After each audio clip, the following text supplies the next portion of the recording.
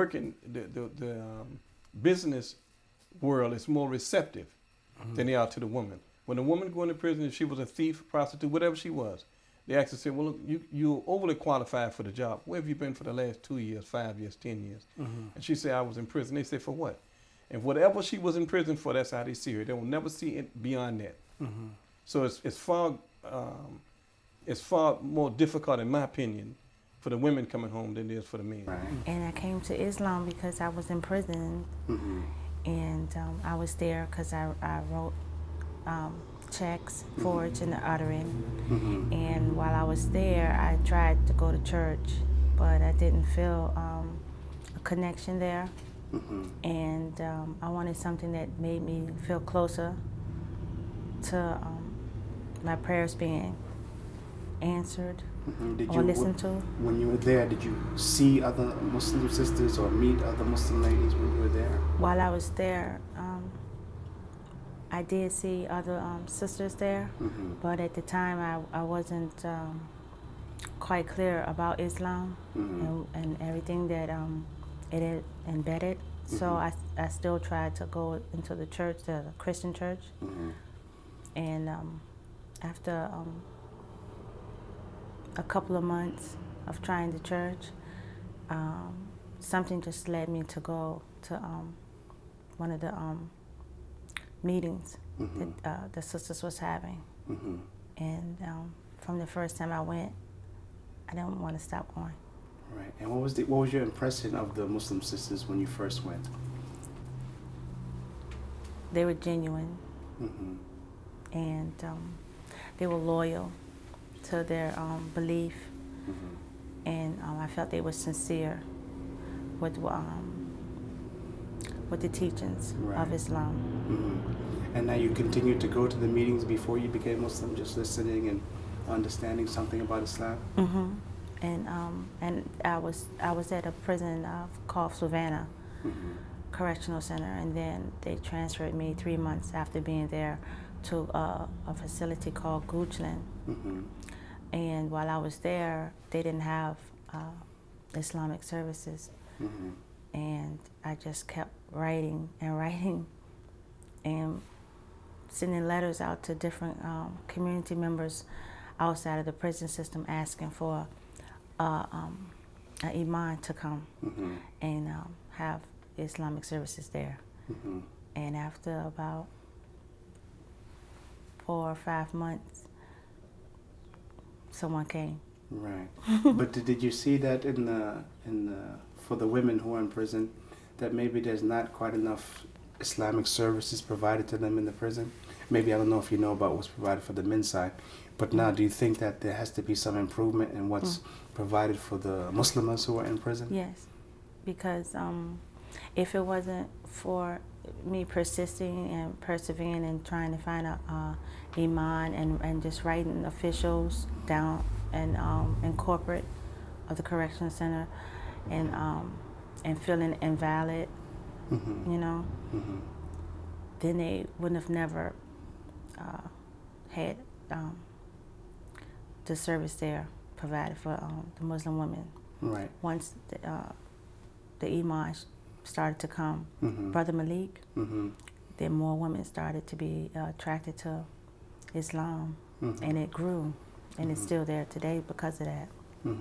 And when you see the women being attracted to Islam, I mean, I guess you meet the new Muslims when they come to Islam. What are some of the things they say to you is why they wanted to become Muslim? They like the discipline that you, in the character that you have. They like that it draws peace within themselves. And they just say that it's something about it that they're attracted to it. Now, how long have you been out from the prison now? A year and a couple of weeks. And what have you been able to do since you've been out? Well,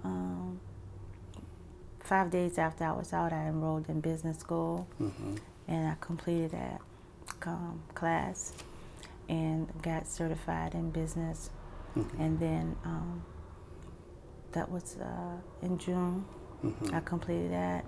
Then by July the 6th, I opened up a business selling men's clothes Mm-hmm. in a flea market, Mm-hmm. and I still have that business. Right. In November, I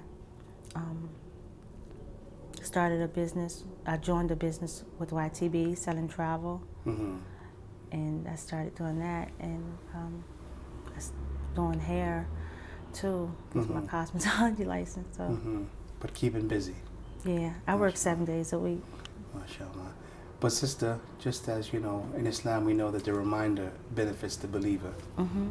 So to young sisters, young Muslim sisters, I mean, what would be your advice to them if they find themselves in a situation where they might be wind up in prison or doing something which is not Islamically correct, or even just being a member of the society? Mm-hmm. How would you advise the young sisters to try to get away from those things and do something which is going to be Islamically correct, or even for the people who are not Muslim, Mm-hmm. be something befitting of a young woman? Well, my advice, I would tell them that they would have to first believe Mm-hmm. in themselves and visualize themselves where they want to be. Mm-hmm. And if they meditate on that and in prayer, then it will come to pass. If they believe in it and they have to see themselves that way, Mm-hmm. and not lose their faith, Mm-hmm. then it will happen. Right. And it's as simple as that. Mm-hmm. It's not always going to be easy to see yourself other than what you've been doing that was like destructive to your life. But once you see yourself doing something better, you hold on to it. Mm-hmm. And He unfolds it. Allah just unfolds it for you. MashaAllah. But let me also ask you, maybe some young people, Mm-hmm. they don't know how serious it is to be in prison or to Mm-hmm. have your freedom taken away, or they think that Mm-hmm. maybe prison and jail is like a joke. Is it a joke? No, it was horrible. Mm-hmm. It was very horrible. And I still have nightmares about it sometimes. You know, I still do certain things that I done there. Like I sleep with the door shut. You know, I'm not comfortable sleeping with the bedroom door open and things like that. Or sometimes I, you know, find myself not being comfortable taking a bath instead of a shower. Mm-hmm. So it's not something that's pretty. They line it up to be that way on movies. That it's something that a person can easily deal with. Mm-hmm. But it's horrible, Mm-hmm. you know. And it's not about the food being horrible. It's the mental abuse that you have to constantly take, Mm-hmm. Mm-hmm. you know. And wearing clothes that doesn't look feminine, Mm-hmm. you know. That's all a part of just the to me the mental abuse that you take. Mm-hmm. Once you leave the society and you go into prison, you are just structured to almost lose your femininity Mm-hmm. almost instantly. Sister, let me ask you, maybe there are some Muslims who are in prison. Mm-hmm. How important for them is it while they're there to make a plan for what they're going to do when they get out? Because I think that if they don't, maybe they might wind up with the same friends and wind up back in the same situation again. Mm-hmm.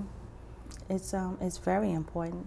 It's very important that they write it down and see where they want to go and what they want to do, because once they get outside in the mainstream, it's very, very easy to get caught up and become lazy, to relax and just ride the system out. You know, as far What does as that mean, ride the system out? look for benefits from the state as far as like welfare or food stamps and things like that. It's okay if that's going to help you get started, but it's easy to get caught up and allow yourself to relax into that form of income and not produce your own income. So it's very, very important that they visualize and write down a to-do list. The first 7 days is very important, whereas most